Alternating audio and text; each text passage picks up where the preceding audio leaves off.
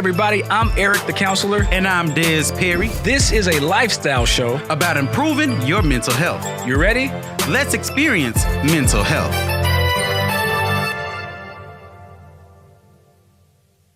All right, y'all. What's up, everybody? Welcome to the newest edition of Experience Mental Health, the podcast. I am the dope black counselor, Eric the Counselor. Yes, sir. Yes, sir. That is a dope black shirt, I will say, for the dope black counselor. But I am Des Perry, your co-host for EMH, man. And we here, man. It's another beautiful day out here. I'm just chilling, vibing. Yeah. Just had a little lunch. How you doing, Eric? It looked like I'm vibing, don't it? I am vibing. You are vibing with these sunglasses.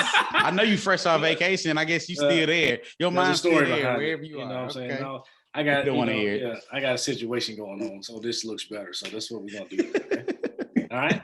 So we're glad to see y'all back. You know, our last show was great. We had Rivera Peoples, who is serving a life sentence in the penitentiary. We had him on the show. Crazy. And you know, that's like the number one most listened to show. Right now, I saw the numbers.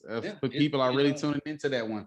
But great. I mean, honestly, Rivera's story itself was just intriguing. You know what I'm saying? Just to hear, because honestly, that was my first time talking to somebody that is serving a life sentence. This is stuff you see on TV. This like some it's not First 48, but it's like, you know, it's like kind of, I don't know.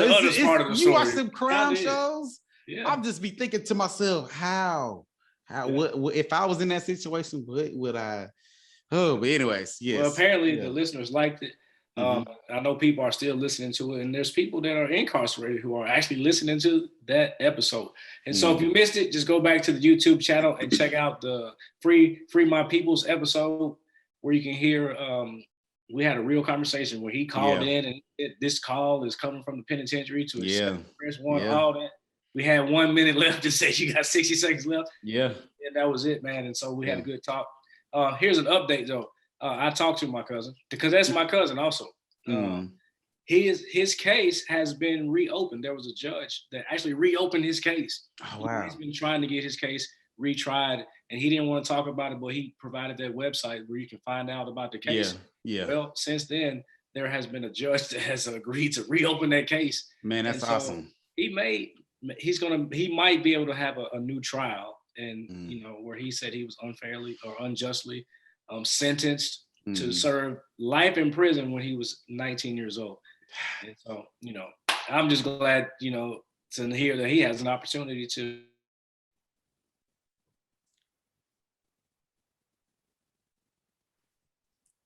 maybe have, man, y'all been rocking with us for a while. You know, you froze for a little bit too. I just want to let you know. I'm back. You ain't gotta let me know. Hey, I'm okay. I know. Do your thing. Slide back in. Let it ride. You know? Let it ride. We've been doing our thing for so long, and we really do appreciate you guys. And we've been talking about having a retreat. It's coming up next month. Yeah. Basically next month. We got 2 people going to be on the show with us today that are collaborating with us. They're like our friends. They are our peoples. And we're going to introduce them. But if you haven't, they're like our cousins. They're like our cousins now. Like first or second. It don't matter. Like first and second cousins still kind of like first cousins to me. I didn't even think about that. I don't know. Right now, they second cousins. They on the way. They could. They keep acting right. They might be first cousins. They might be first cousins. They second cousins right now. Well, let's go ahead and bring them on into the show. Where they at? All right. Well, right here, we got Ashley and Jessica on the show, owners of S&S Holistic Wellness. What's going on, ladies? Hey, guys. Hey. Happy Friday. Is it Friday? It is Friday. It definitely is Friday, the day we are recording this episode. So we're so glad to have you ladies on with us to kind of just chat about, you know, some of the things that we got coming up, things that we got going on. The major things we got coming up. The major big Interme retreat. Yes. You know, go ahead, Des. I just want to. I was gonna say no before we get into that, because we're definitely gonna get to that. Before we hop off into that, I just kind of want you guys to introduce yourselves and, you know, kind of tell us a little bit about the business that you all are running together and some of the things that you all do to help the people in the community with their own mental health. Oh, sure. Okay. Yeah, just go ahead. I'll start. So I'm Jessica Smith. I am owner of Smith Behavioral Health and Wellness, which is a small private practice here in Nashville. And then I also am one half of S&S Holistic Wellness with Ashley. I got started in mental health back in 2010. Yeah. You've been in the game for a little minute. I ain't gonna tell you what I was doing in 2010. I was just graduating from high school. man, y'all. And That's wow, high school though. Yeah. That's what I said. 11 years apart. I'm the youngest. I'm the youngest of the crew. It's okay. I'm the baby of the crew. Dez is in his 20s. I'm the baby cousin. You are the baby cousin. Yep. The second cousin. The baby cousin. The second cousin. That part. But I started in 2010. I worked at mental health co-op. I was a crisis counselor, did mobile crisis. And then from there, I left to work with kids. Quickly learned that I do not do kids in therapy. That's not my gift or my ministry. And then went on to work with adults, done agency work, community mental health work. Got into private practice mainly because honestly, I wanted more flexibility. My sister was pregnant and she had the first little child in our family, and I wanted the opportunity to be able to go home when I wanted to go home and all the things, travel when I wanted to, all the things. And so in 2018, started Smith Behavioral Health and Wellness. And it's been great. It's been a labor of love, and learning business and merging business and therapy together has definitely been interesting. I met Ashley was it fall? Mm-hmm. Yeah, like September. Yeah, September. Y'all just met. I thought it seemed like y'all been knowing each other. Right. A colleague of a mutual colleague, basically connected us, and we talked and we were like, yeah, we should work together. So we decided to work together in private practice.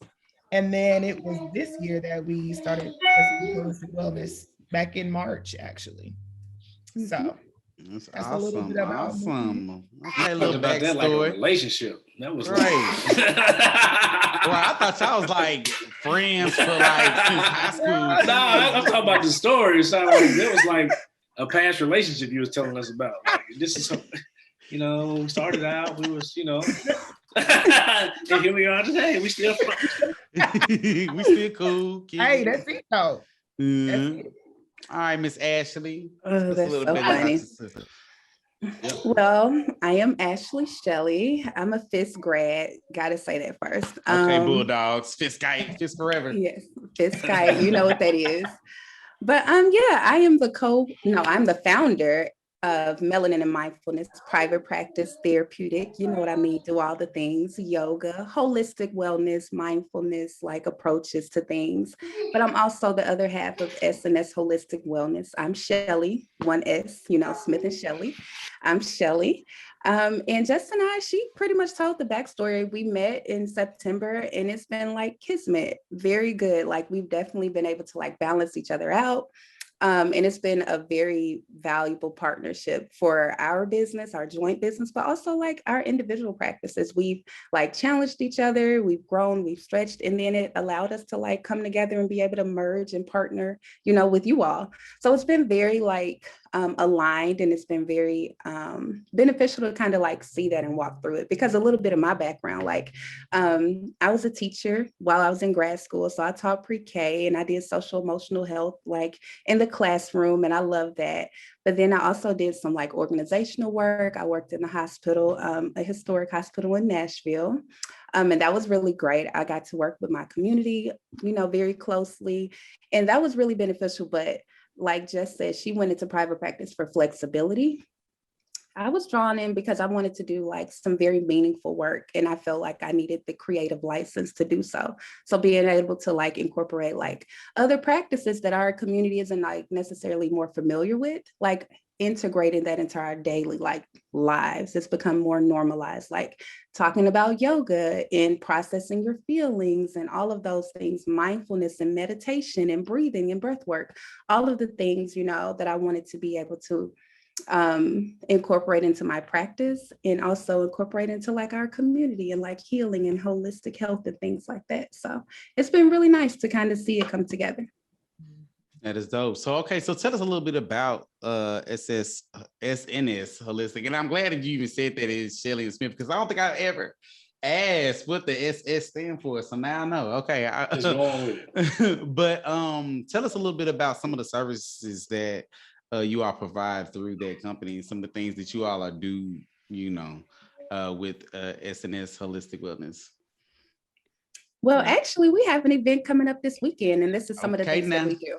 We have something on Sunday in the park at Centennial Park. If you're in Nashville, Centennial Park, it is like actually goes right into like some of our retreat stuff. It's like our inner child work. So we're going to have some like processing, some yoga. And then after that, we're going to have like some fun games to like go with some mental health work. So we'll have some like water balloons. We'll have like some other games and then some things tied into it. So that's an example of some of the things that we do. Holistic wellness, like attending to your inner child, but also your present self. And we need to be able to have like space for that, to process some of the things that we're dealing with, but also like process some of those past experiences that may be showing up. So we do that. We do self-care Sunday events. We do consultations. We do a lot of things. And one of the things that we're doing like is this retreat. Yeah. Awesome. We also do groups. We have a group that's starting on Wednesday, Black Singles in Nashville. Okay, if you're looking for somebody, come get it's that time. Yes. The summer ain't gonna be here forever. What you It's gonna said be time for cuddle. You already know this. It's You coming. already know. It's a space Cuffing to season like, is among us. that's real, but it's a space to like come and process, like Ashley mentioned, something that I love about us as two Black women is like creating space for people in our community to process things that affect us uniquely, in a very unique way. And so we do groups. Last month we did depression and anxiety group. Very cool, very cool. It was also a 3-part series, and again, creating space. I think that is our main theme, is like being able to create space for people to come and take advantage of services to process things, to talk about things, and to maybe think about things differently. The way you perceive things often affects how you move in the world. And if you have experiences that you have had and you're perceiving them a certain way, and that maybe the way that you're perceiving them isn't working for you, it can be helpful to be amongst a group of people who can help you to maybe challenge you to even look at those differently. So right. Yeah, so it's really cool. Let me ask y'all a question. So as Black counselors, do you feel I find it right. Do you feel like it's important, not necessarily important, but imperative? Like, I'm trying to find a strong enough word to relay this thought, that we intentionally reach out to us and be okay with that, because like the example I'll give is when I wear shirts like this, or if I identify myself as a Black counselor, I've had people ask me, white people, do you only counsel Black people? Now, the answer for me currently right now is yes, I'm only counseling white Black people. And that's intentional. It really is. I've counseled all kinds of people, all different races, ethnicities, genders, all of that. But I just want to know, like, how important is it for the two of you, Black women, like y'all are like really moving the field? We know it's dominated by white women and white men, right? Older white men and women. And Black men make up 1% to 2%. I'm not for sure what it is for Black women, but y'all making some noise.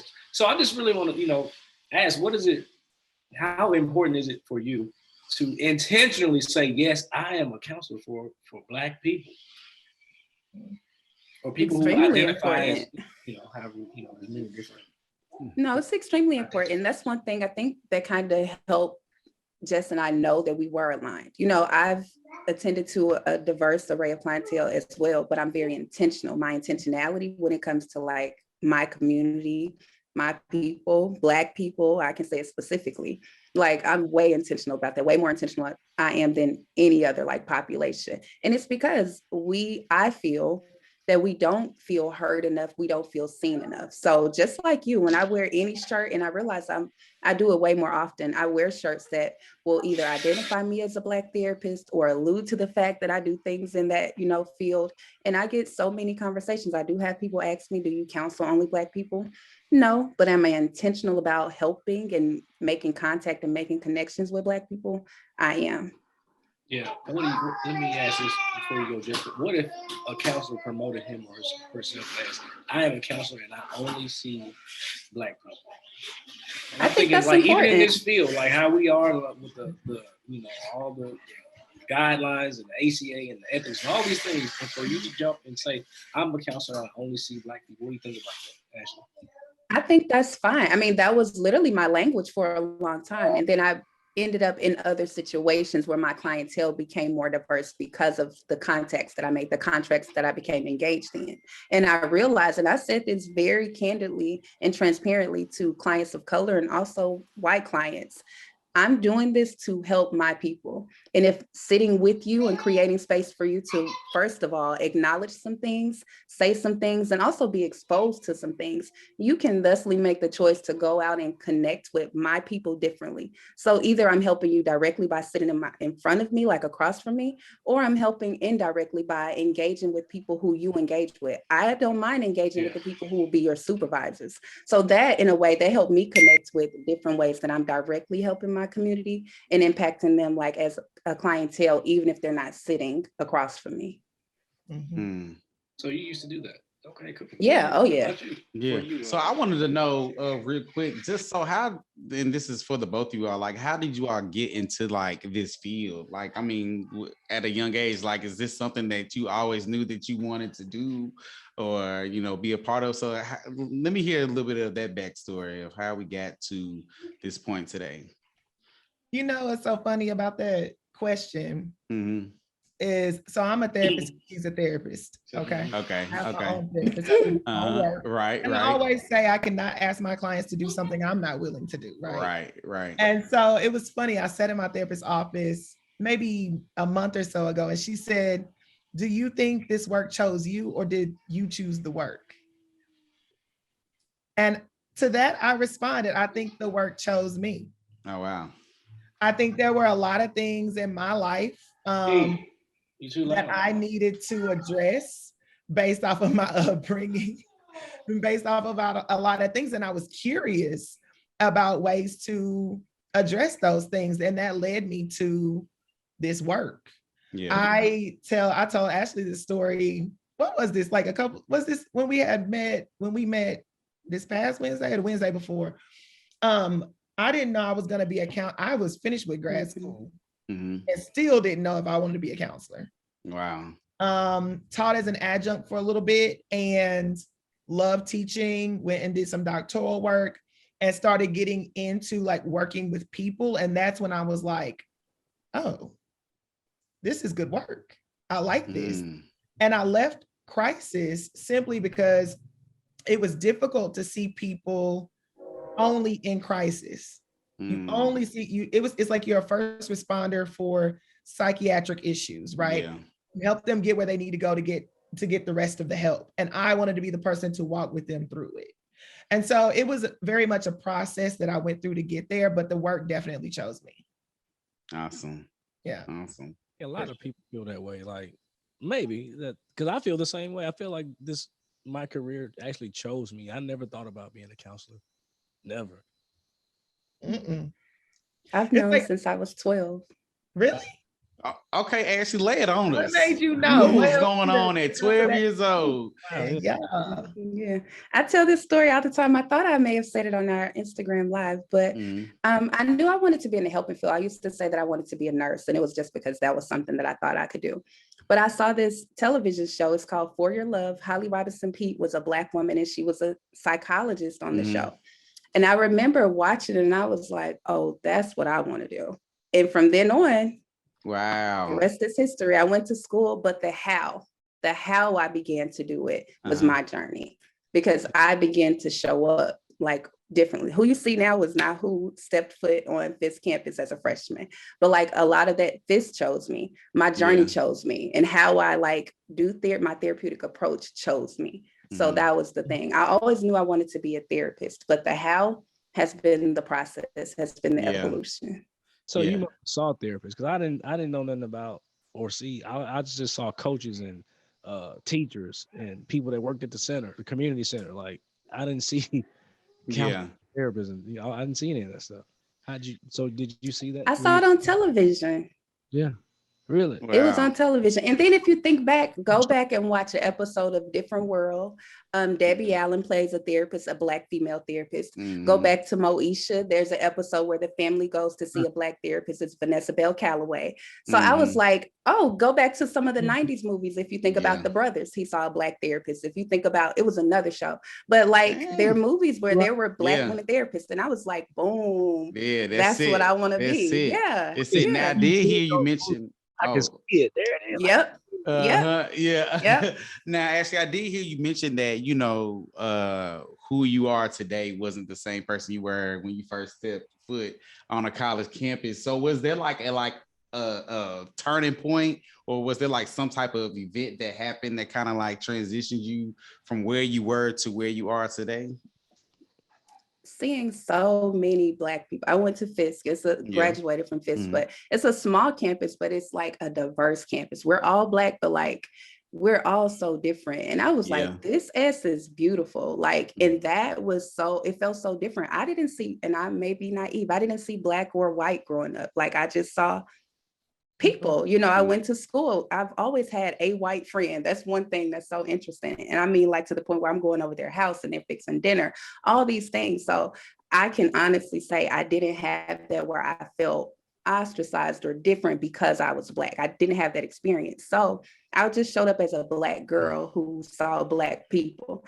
But then going to Fisk, I was like, oh, so many Black people with different Black experiences. It was different. I felt connected, and it made me feel more connected to myself. And that's what I think helped started the journey. Yes, awesome. This ain't about me, okay? No, that was what came to my mind when I heard it, because you know it honestly is right. You're right. Since we're talking about Fisk a little bit, and I only say that because you know, I went to TSU. We right up the street. Shout out, you know, Big Blue. Up the street. You know, and so I only get the opportunity now to see how, because that makes sense. Because honestly, TSU is a lot of the same type of Black people. I'm gonna just say that. And so Fisk is a diverse type of Black person there, because you have so many people from so many different. Like they have a huge international. Like I'm talking about a lot of African students, Caribbean. You know, which is like a whole Caribbean. It's a whole nother culture, you know, and so it's like a whole nother Black that you get to experience when you at Fisk. And I only know that now because I have a brother that works there, and he brings us to do some work up there. So mingle with some of the students there. I can definitely see what you mean when you say that. So it's the whole thing. Yeah. All right. Well, I mean, like I'm not gonna pick on you, so Jessica, you're gonna get the same question. I mean, was there a pivotal moment in your career? I mean, you didn't mention that you was, I don't know, maybe you were like how you are all your life, but I mean, was there anything that kind of like, you know, any moment or any type of experience that you experienced in your life that kind of got you to where you are today? Yeah, so I went to a PWI here in Nashville, very small. I went to Lipscomb. Okay, Lipscomb, the Bison. I did, and that was a different experience for me, as kind of like Ashley was talking about, like at home. Back, I'm from Paducah, Kentucky, and you know, Kentucky, God bless. But my hometown is it's predominantly white, but I went to public schools through and through, and public school was very mixed. It was like, that's where I got to know Black people, white people, Asian people, Hispanic people. We were all together. It was like, there was no difference. And so kind of like Ashley, I saw people. Now, of course, my parents did a very interesting job of letting me know that just because I see people, I'm still Black, you know?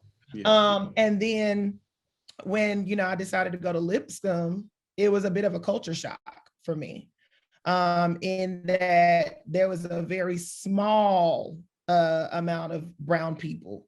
And by brown, I mean, it was Black, but it was also some people from Madagascar and people from, just different places.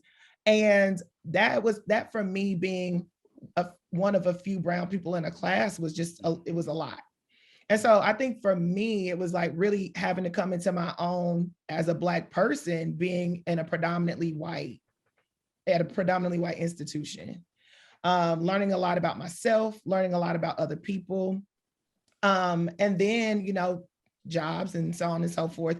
It was just, I think being at Lipscomb, I was there undergrad and master's. So being there all that time was really, that I think was a pivotal moment for me. Yeah. Well, it's just always good to hear counselors' stories and hear how they became counselors, because you hear so many different things. A lot of people say, and I've heard this, and I'm not gonna say I'm glad, but I noticed that I didn't hear either of you say it. It was, and it may still be true, but it wasn't the reason. That's not what drew you into this field. But it's like people say, well, people used to tell me I give such good advice all the time. That's why you became a counselor?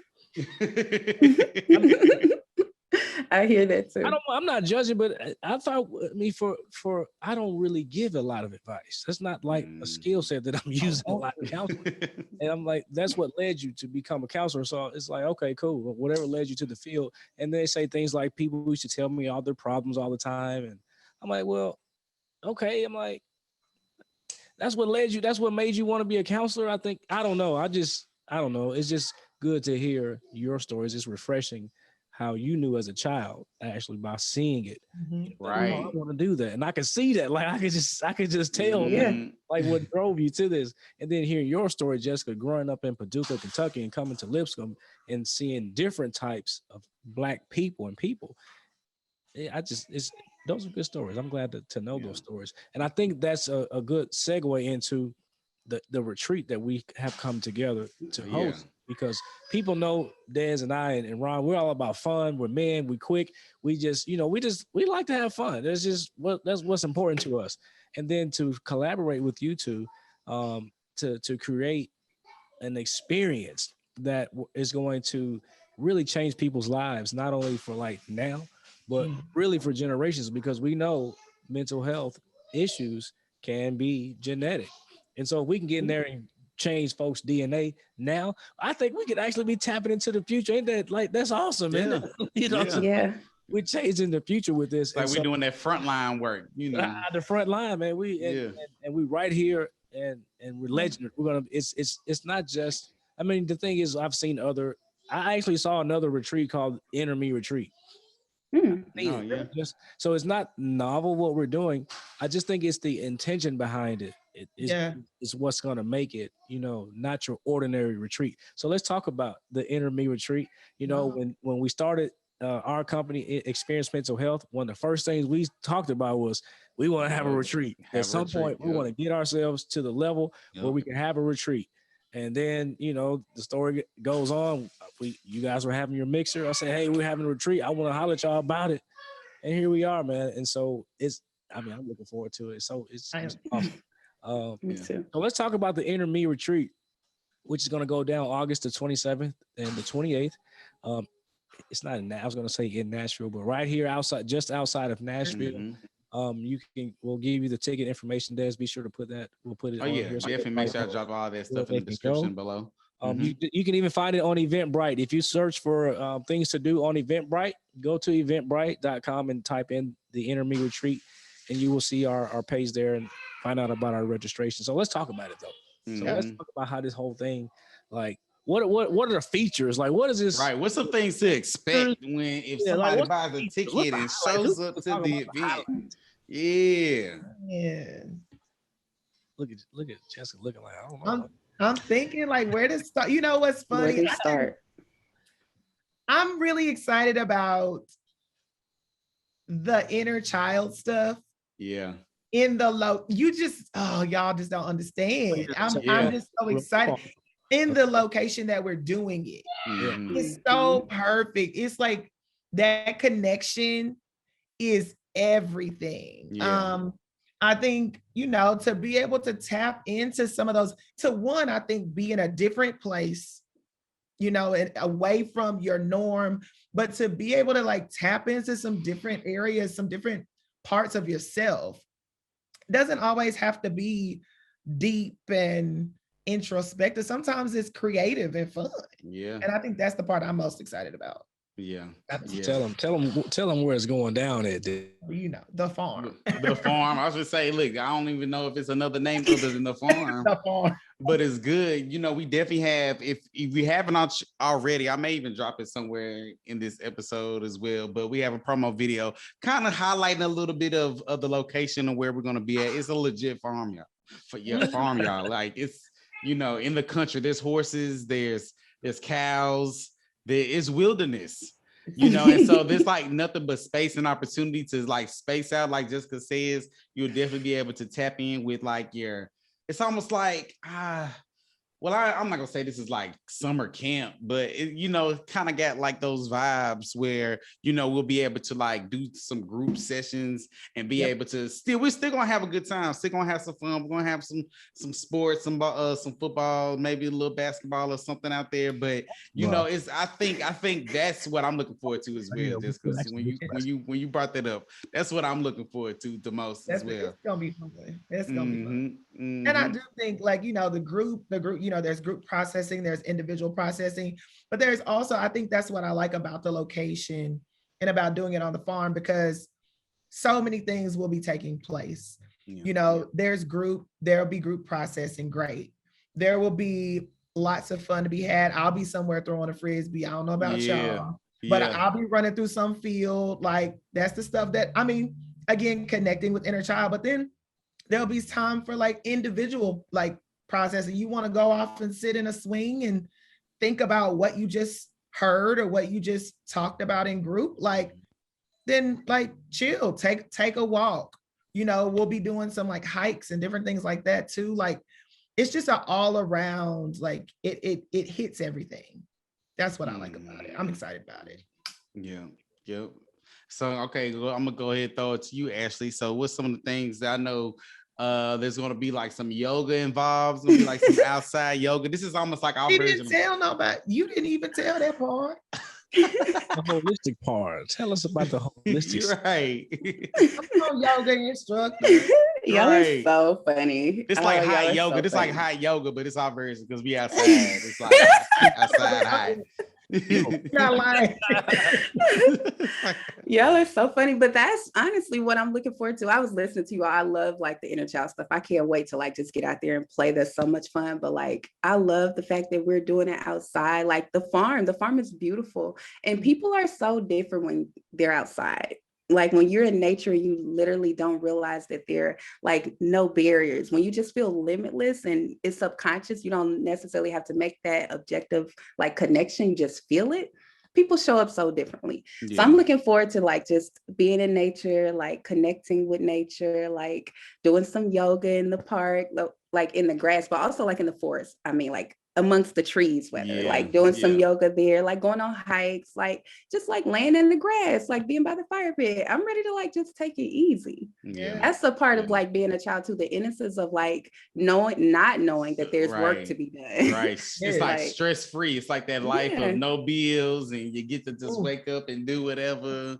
You don't have to worry about nothing, you know. You so go right outside. Go outside, right. So, you know, all right, so we got this retreat, the Inner Me retreat. We're talking about connecting with the inner child and processing and hiking. We're also going to have a focus on your present self also. And we're going to talk, you know, not talk, we'll have some activities and experiences, as I like to call them, experiences that'll help you tap into your future self also. So we're going to have all that covered for you guys.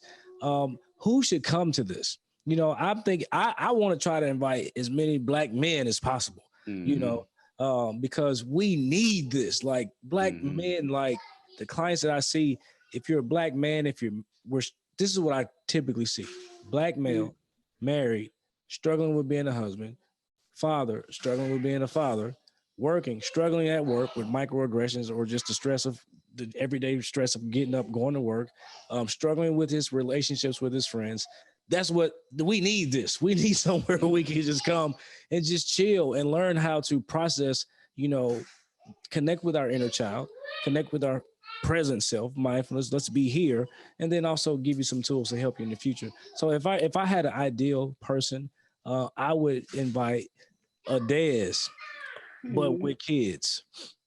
A Des, I love to put kids on me, man. That's a whole nother lifestyle though. Like right, who you are Yeah. now, I'm Ashley is a parent, she knows who you are before you have kids. That's a whole nother person. It's like life change. It's like, all right, now Life I'm a change. parent. Like you're no longer that. You are that same person, but your life is different. Depending on the type of parent you are. True.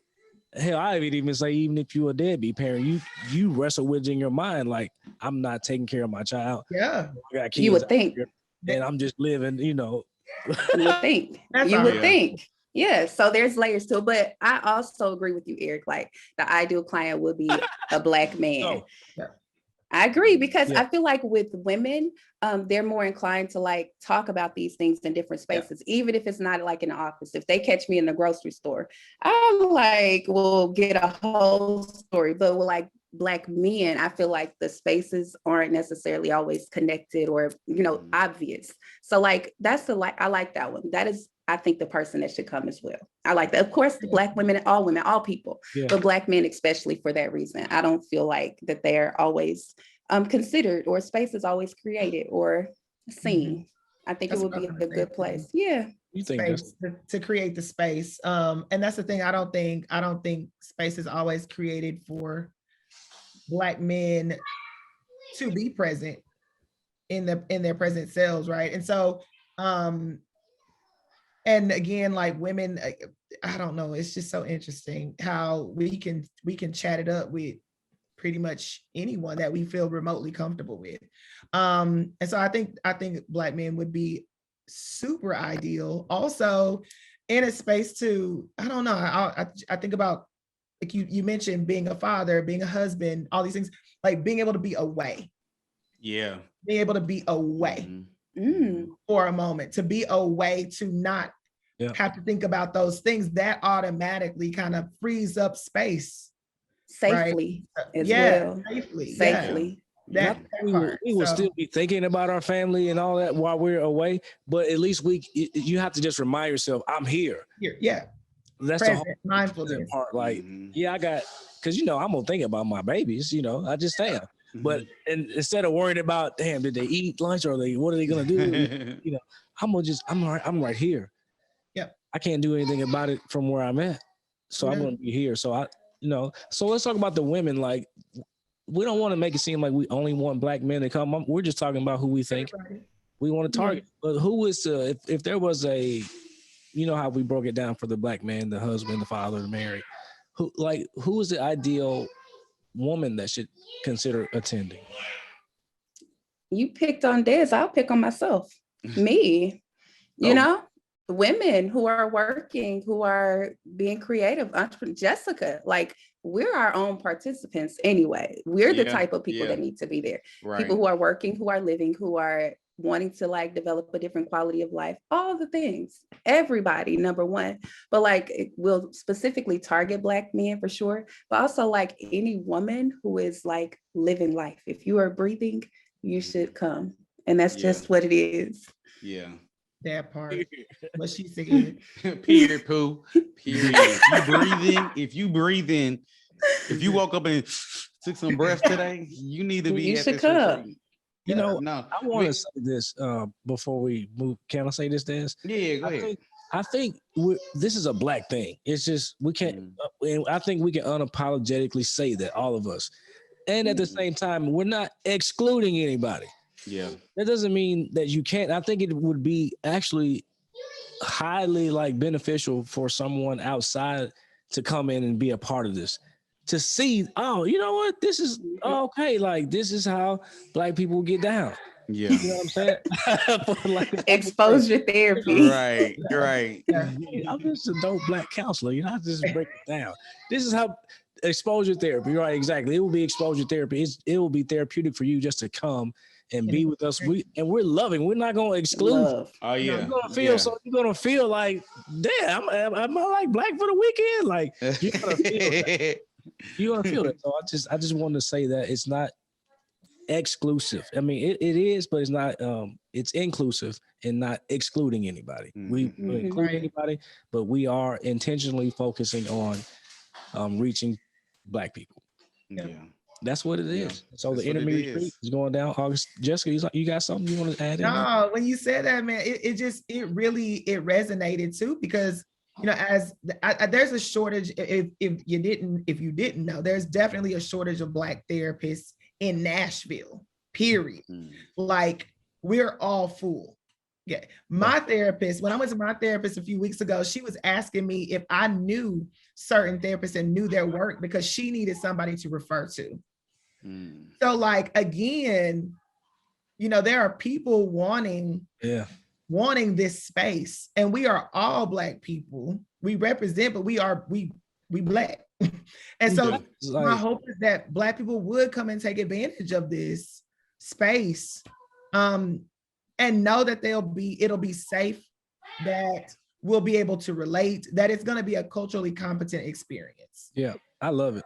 Black is gay, Black is lesbian, Black is Haitian, Black is European Black, Black American. I mean, if you consider yourself Black, come on out here and hang out with us.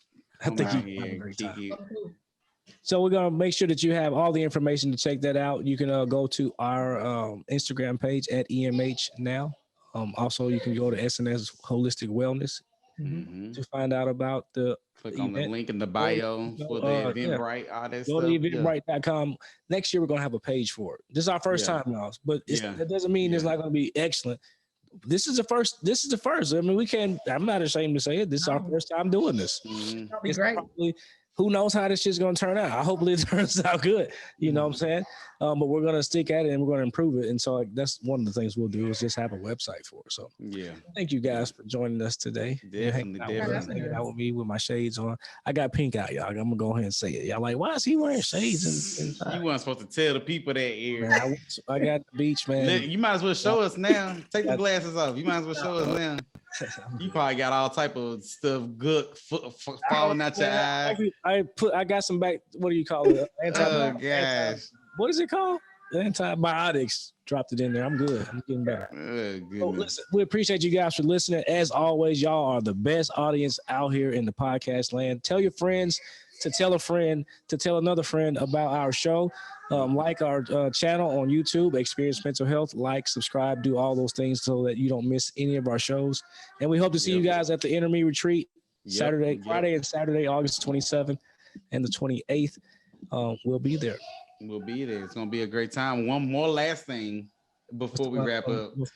Can't forget that about our good folks over at Great Convo Media, where the chatter matters. You know what I'm saying? So make sure you check us out and check out a whole bunch of other podcast shows on the network. And I just want to make sure I got that plug in there so we don't forget nobody. Yeah, that's all good, man. Yeah. We're gonna catch y'all next time. Until then, peace. Make it a great day. Hey guys, if you really enjoyed that episode, make sure that you like and comment, as well as subscribe to the Experience Mental Health Podcast, because this is the #1 mental health podcast in the nation.